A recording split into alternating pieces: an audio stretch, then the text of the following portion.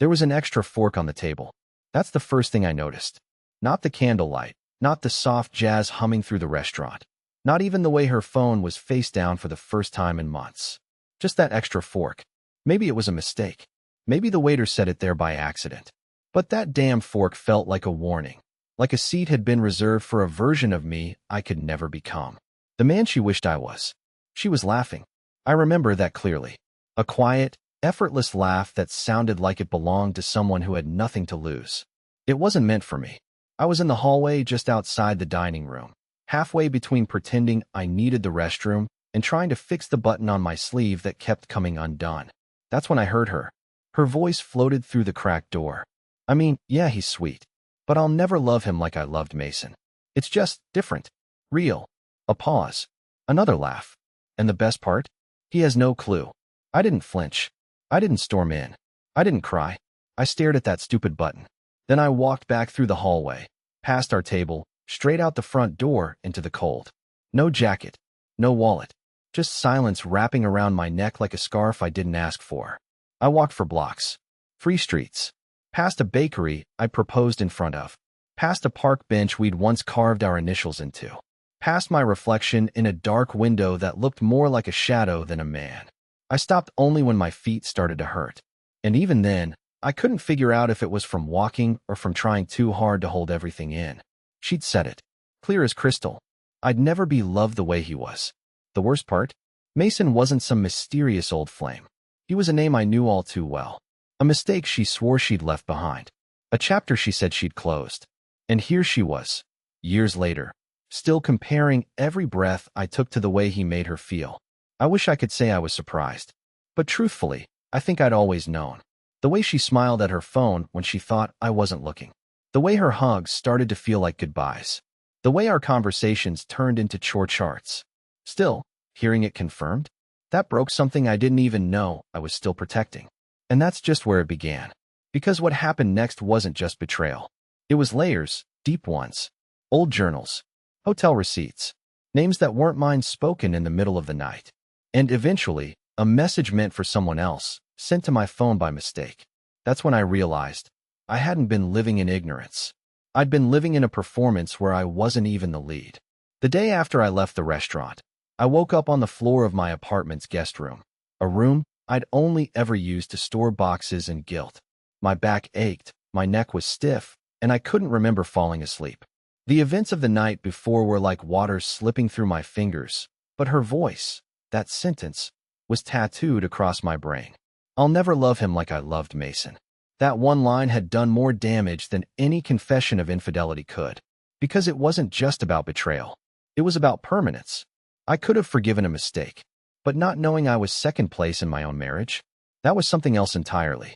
I didn't text her, didn't answer her call when it came at 8:13 a.m., like she'd scheduled it into her morning routine.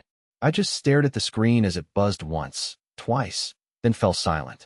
No voicemail, just the quiet arrogance of someone who assumed I'd always be there. I opened my laptop, not even sure what I was doing.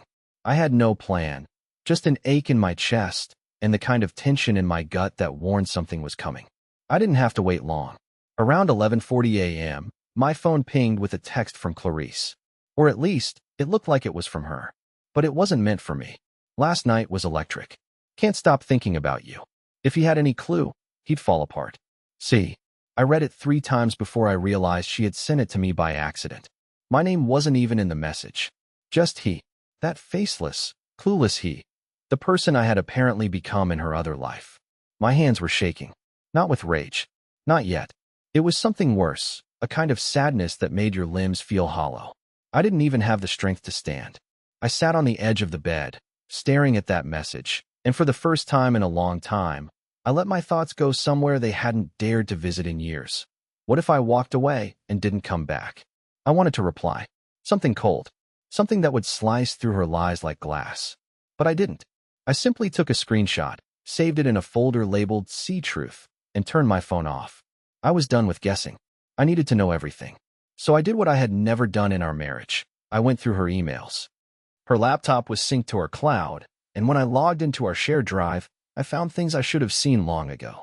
Reservations under fake names. Photos that were carefully cropped.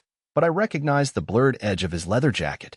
Mason, the man who was supposed to be gone, the one she cried over for weeks when we first started dating, the one I naively helped her move on from. She hadn't moved on. She had simply moved me into the space where he used to stand. I printed every message, every receipt, every photo. Not because I wanted revenge. Not yet. I just needed proof that I wasn't insane. That I hadn't imagined the way her body stiffened when I touched her. That I hadn't been crazy for wondering why she always came back from yoga smelling like hotel soap. But the most disturbing discovery came later that night, when I accidentally clicked on a hidden folder in our photo archive. It was titled Winner. Just that. Winner. Inside were images Clarice had taken on what she told me was a solo wellness retreat up north, a trip I had encouraged her to take when she said she felt emotionally drained. I told her to recharge. Told her to find peace. I even bought her the fancy suitcase she took with her. And yet, there she was, in the snow, in a fur-lined coat, wrapped in the arms of a man with a smirk I knew far too well. Mason. Her past. Except he wasn't her past. He was her always. And I was just the placeholder.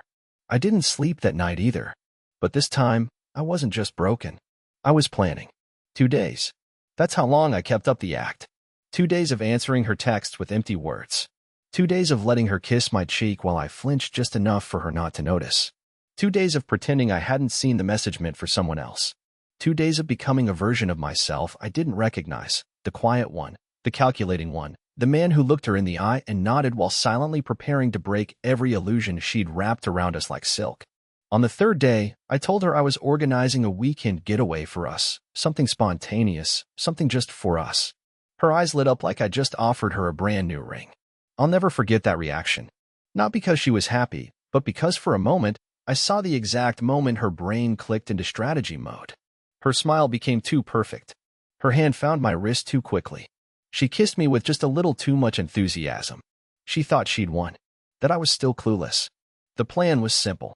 I booked a cozy little mountain cabin, the kind she used to pin to her romantic escapes board on Pinterest back when she still made those things. I made sure the cabin had everything: fireplace, faux rustic furniture, and most importantly, hidden cameras. I didn't want to use them. Honestly, I hoped I wouldn't have to. But a part of me knew she wasn't going to cancel on him. Not when she thought I was in the palm of her hand again.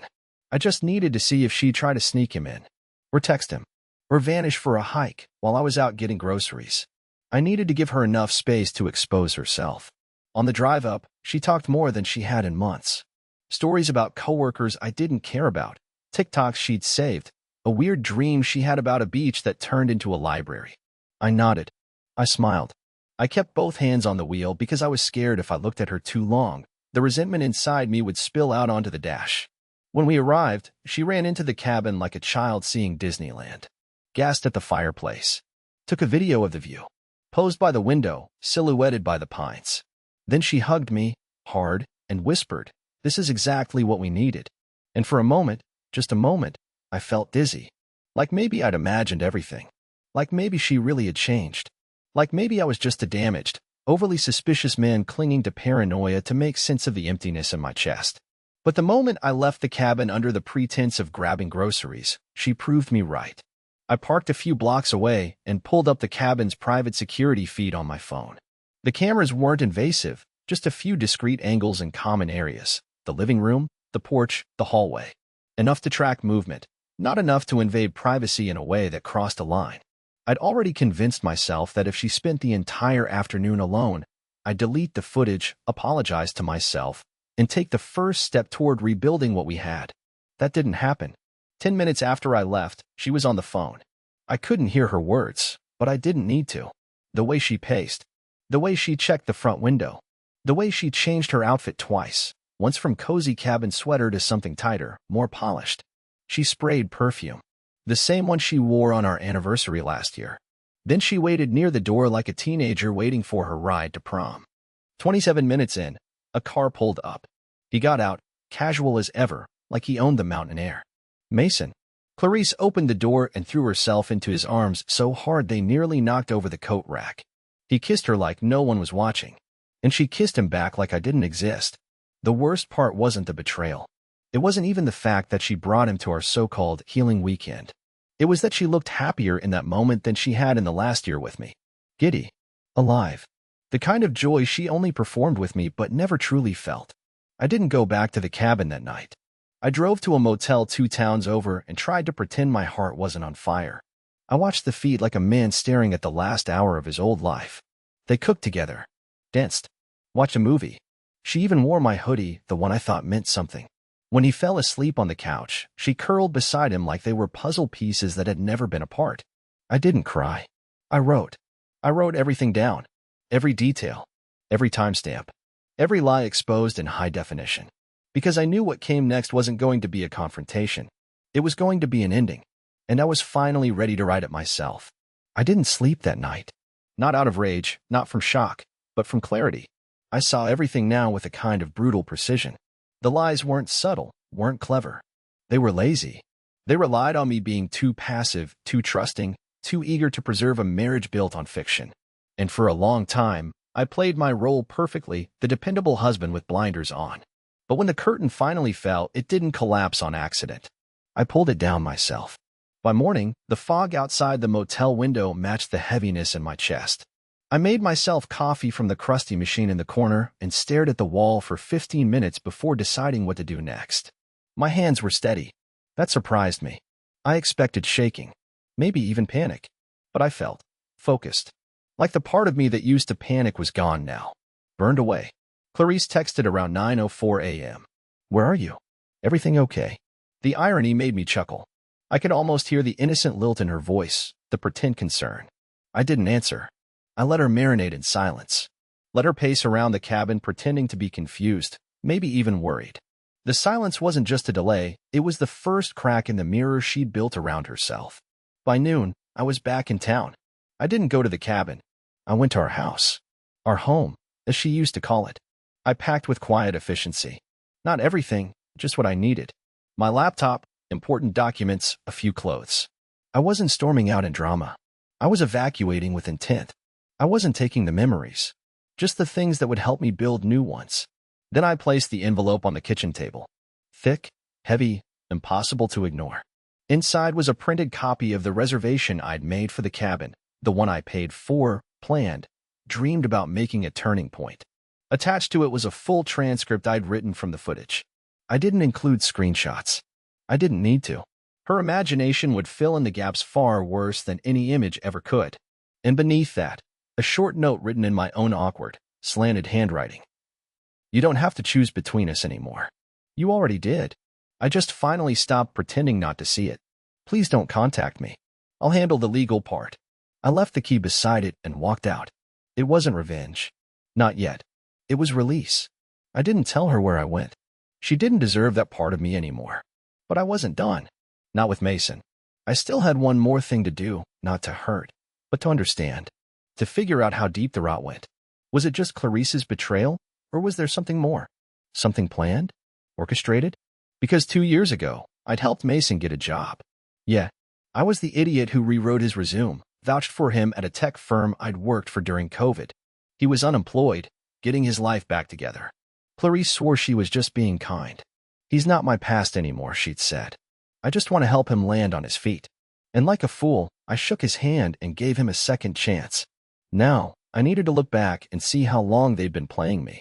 Because if Mason had been planted in my life under the illusion of brotherhood just to steal my wife behind my back, then I wasn't just betrayed. I was targeted. So I drove to Mason's building that night. I knew where he lived. He used to brag about the corner apartment with the balcony view. I parked 3 buildings down and waited. I didn't even know what I was going to do when I saw him. Just that I needed to see his face. Not through a screen. Not in stolen footage. But in real life. Face to face. I didn't wait long. Around 8:22 p.m. He came strolling down the street with a 6-pack in one hand and a smug bounce in his step like he hadn't just set fire to someone's life. He didn't see me, but I saw him. And I followed. There was something deeply surreal about following someone who didn't know they'd already lost all the power. Mason walked like a man with no regrets, like the world bent just enough to give him what he wanted without asking. It made sense, in a sick way.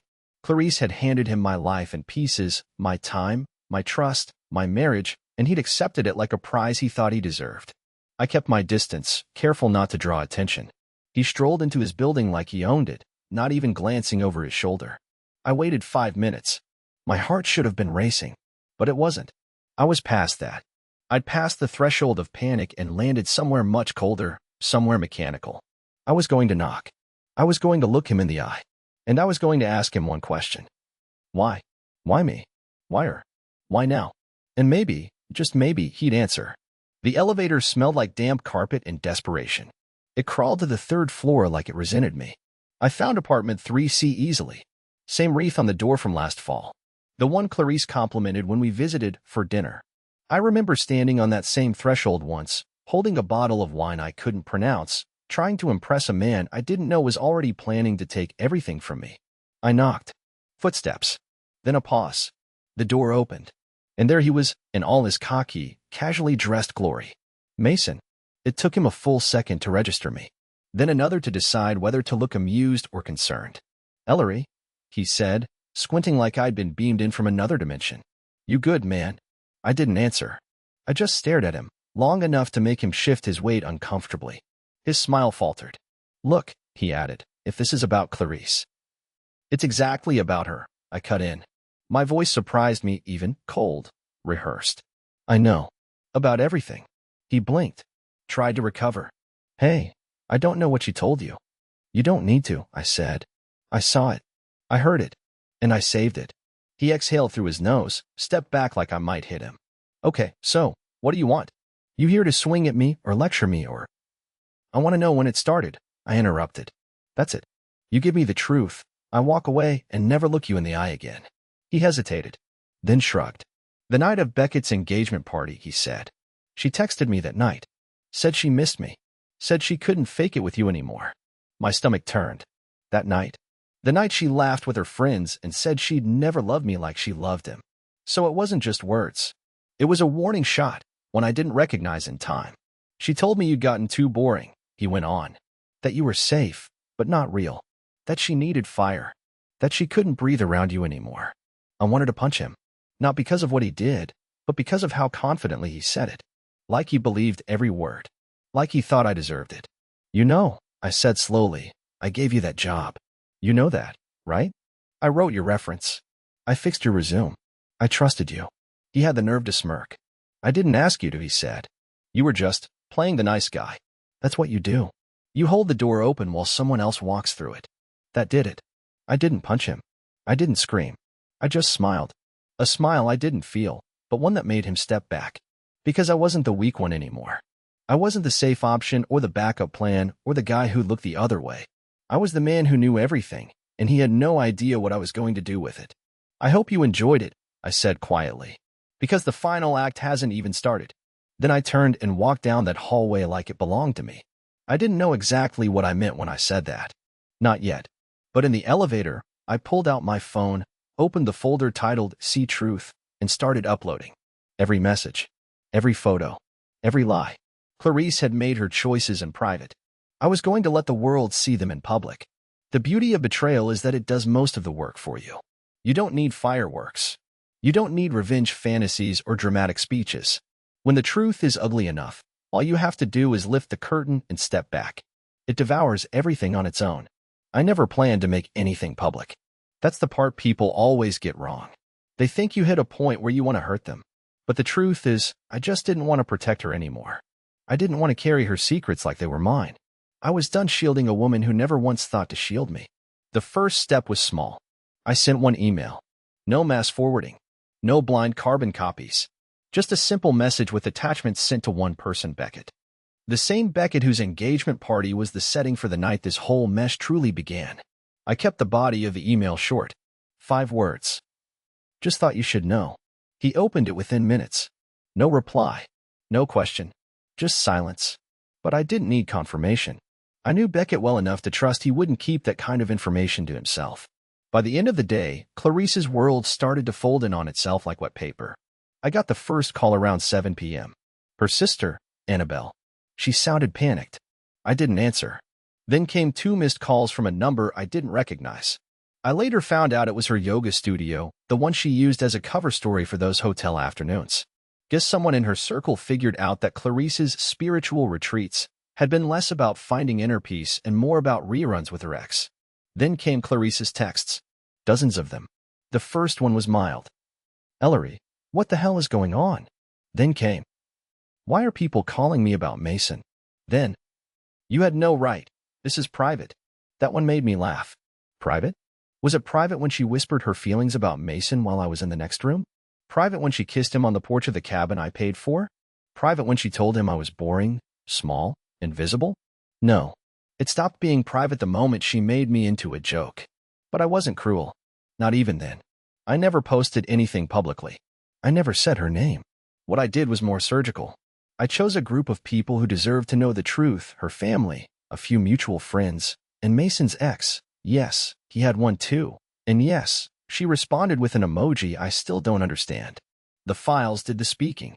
I didn't have to say a single word. By the second day, Clarice emailed me. A full page. Rambling, emotional, defensive. She blamed stress. She blamed unresolved trauma. She said Mason had just shown up in her life again, and that she had been confused and manipulated. There was one line I'll never forget. You have no idea how hard this has been for me. I read it 3 times. Then I shut my laptop. That was the last time I read anything she sent. Because while she was drafting apologies, I was moving forward. I'd already called my lawyer. We'd started the paperwork for divorce. I asked for nothing but the house, not because I wanted it, but because I knew it would burn her to lose it. The house was her symbol, her trophy. She decorated every inch of it like a curated Instagram feed. And now, it would be the thing I emptied out piece by piece. The hardest part? Saying goodbye to the version of myself that still wanted her to come running after me.